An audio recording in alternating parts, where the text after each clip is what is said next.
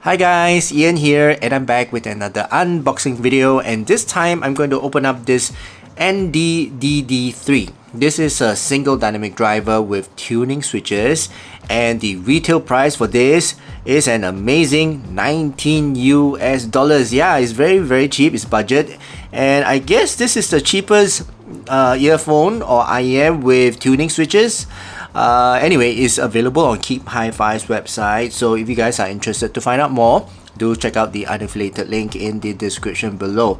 Alright, so in this video I'm just going to open this up, show you the accessories and the IEM itself, and then I'm going to measure it to make sure the left and the right channels they match. Okay, very important, the left and the right channel must match. And that's it for this video. So after this video, I'm going to evaluate these earphones, and then I'll be back with my full review video. Okay, so keep a lookout for that.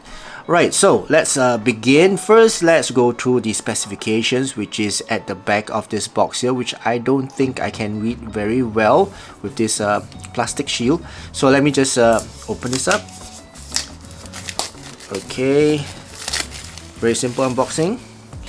Alright, so this one comes in two colors, black or blue. Alright, the one that I have is blue, and there are 4 different modes. Alright, so different modes will give you different settings and different specs. So from mode 1 to 4, sensitivity ranging from 107 to 109, and the impedance is ranging from 34 to 45, and the frequency range is the same, 20 to 40,000 Hertz. Okay, so that's the specifications. Now let's open up and see what's inside. And then this is the sleeve. Okay, and you got a pretty anime girl, right? It's a comic book. Is it a booklet? Yeah, it's a booklet. Okay, I thought it was a comic book, but yeah. So this is the user guide. Okay, and you got the tuning pin here, right? So this pin here helps you push the switches. And let's take everything out from the box first. I think everything else inside. Okay, so that's the box, and you got pouch. Alright, so 鸡我们 okay, I cannot read Chinese, so I do not know what this means, but yeah, it's a ND basically. And then you got cable. Let's see what cable is provided here. And very nice cable. Wow. Yeah, it's a 4-core, if I'm not wrong. Yeah, 4-core cable. Let me open this up. It's braided, and it's link braided. Comes with a straight type 3.5 headphone jack, and it does come with microphone. Okay, nice. I like microphone at times. Y splitter, and there's no chin slider, and the ear hooks are okay. I mean, this on the stiffer side, but it's kind of soft too. And it's got this shielded QDC style 2-pin connector. And that's it for this cable. Cable is alright. I mean, it's pretty standard cable. It's a little bit above standard cable.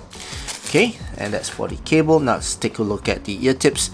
Why is there an odd one out here? But oh, for this too. Alright, so there should be 2 types of ear tips with 2 different colors, and let's take a look at them. Alright, ear tips. One is, oh well, again, they both look quite similar, but it's just that different color, and in terms of texture they're almost the same as well. The inner core is almost the same as well. It looks like standard ear tips to me, and feels like standard ear tips to me. So alright, so I'll evaluate this in my review. Now let's take a look at the IEM itself. Okay, and this is the IEM. Let me just remove the ear tip. And this is the IEM. This is the DD3, and it's got a very nice picture of the guitar on the faceplate. Looks like a very typical IEM shape. Looks like KZ actually. Yeah, but yeah, the faceplate looks quite standard, and very nicely painted metal. And on the inner shell is, well, looks like acrylic. Okay, and you got a 2-pin connector up here, and the nozzle is made of metal. Yeah, metal with perforated filter. You can see the tuning switches up here. There are 3 of them, right? 3 tuning switches. Let me just zoom in.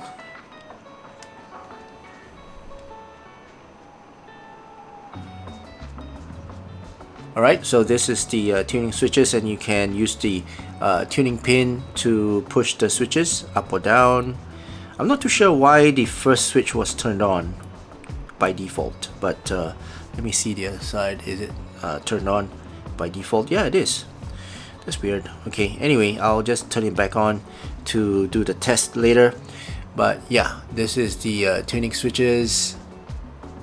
Alright, and yeah, the IEM looks pretty standard in terms of the shape, right? And let's now measure the sound frequency of this and see whether the two channels matches or not. So let me bring up my measuring rig. Alright, so I'm back and I have brought out my measuring rig. I've got my iPad, my coupler, and I've got the DD3 here all rigged up. Okay, so let's begin. First, let's put the left side into the coupler. Okay, and this is how I usually put it in. Okay, there you go. This is the left side.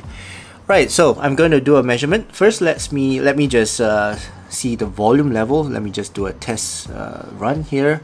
It's about 72%, so it's not enough. So I'm just going to increase the volume to 85 if I can, and almost there. Okay, we are close, right? This is close to 85, so I'm going to reset and I'm going to keep quiet for 30 seconds. Okay, so I'm back and I brought out my measuring rig. I've got my iPad, my coupler right here, and I've got the DD3, okay, all rigged up. So let's begin. First, let's put the left side, so you can see this is the left side, into the coupler, okay. And first, let's do a sound test to make sure the volume is at the correct volume. Okay, it's 76, so it's a little bit too soft, so let me just increase that, and it should be around 85 dB. Just one notch more. Okay, so we are almost there. So I'm gonna reset this and leave it there for 30 seconds.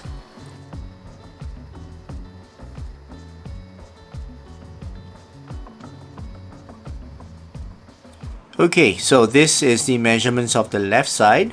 So I'm going to save this file, and I'm gonna call it DD3. Right, so this is the name for it. Store the file, and then I'm going to recall it so that it shows up on the screen, which I don't know why it does not show up on the screen, and it shows up here. That's really odd. Yeah, that's really odd. I don't know what's wrong, but I didn't. Oh, okay, compare off. Okay, done. And this is the let me just reset my graph. Sorry about that, guys. Sometimes it happens. Right, 30 to 85 dB, that's my graph scale. Alright, so this is the left side, which I've measured. So now let's take out the right side. Okay, this is the right side.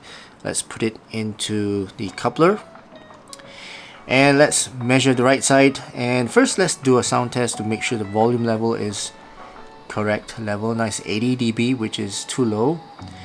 I'll try to increase it a little bit. Okay, that should be it. So it's around 85 dB.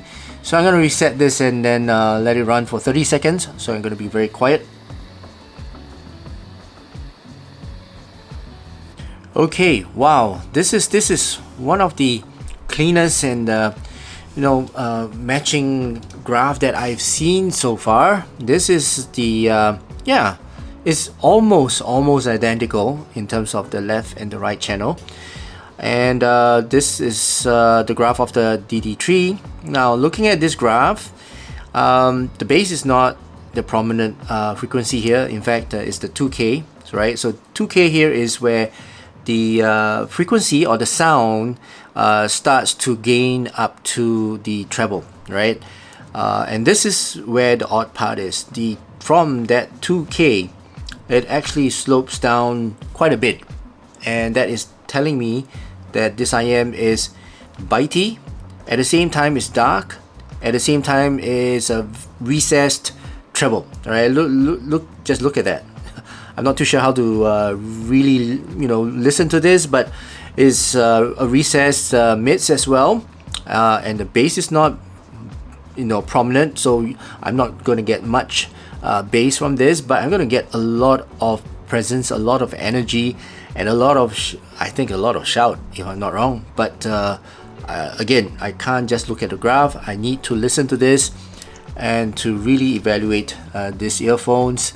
That's why, after this video, I'm going to further evaluate these earphones, and I'll come back again with my full review. I hope you guys enjoyed watching this video, and if you did, please give this video a thumbs up, and also please don't forget to subscribe to my channel. So that's it for now. Thank you so much for watching, and I'll see you again in my next review. Cheers.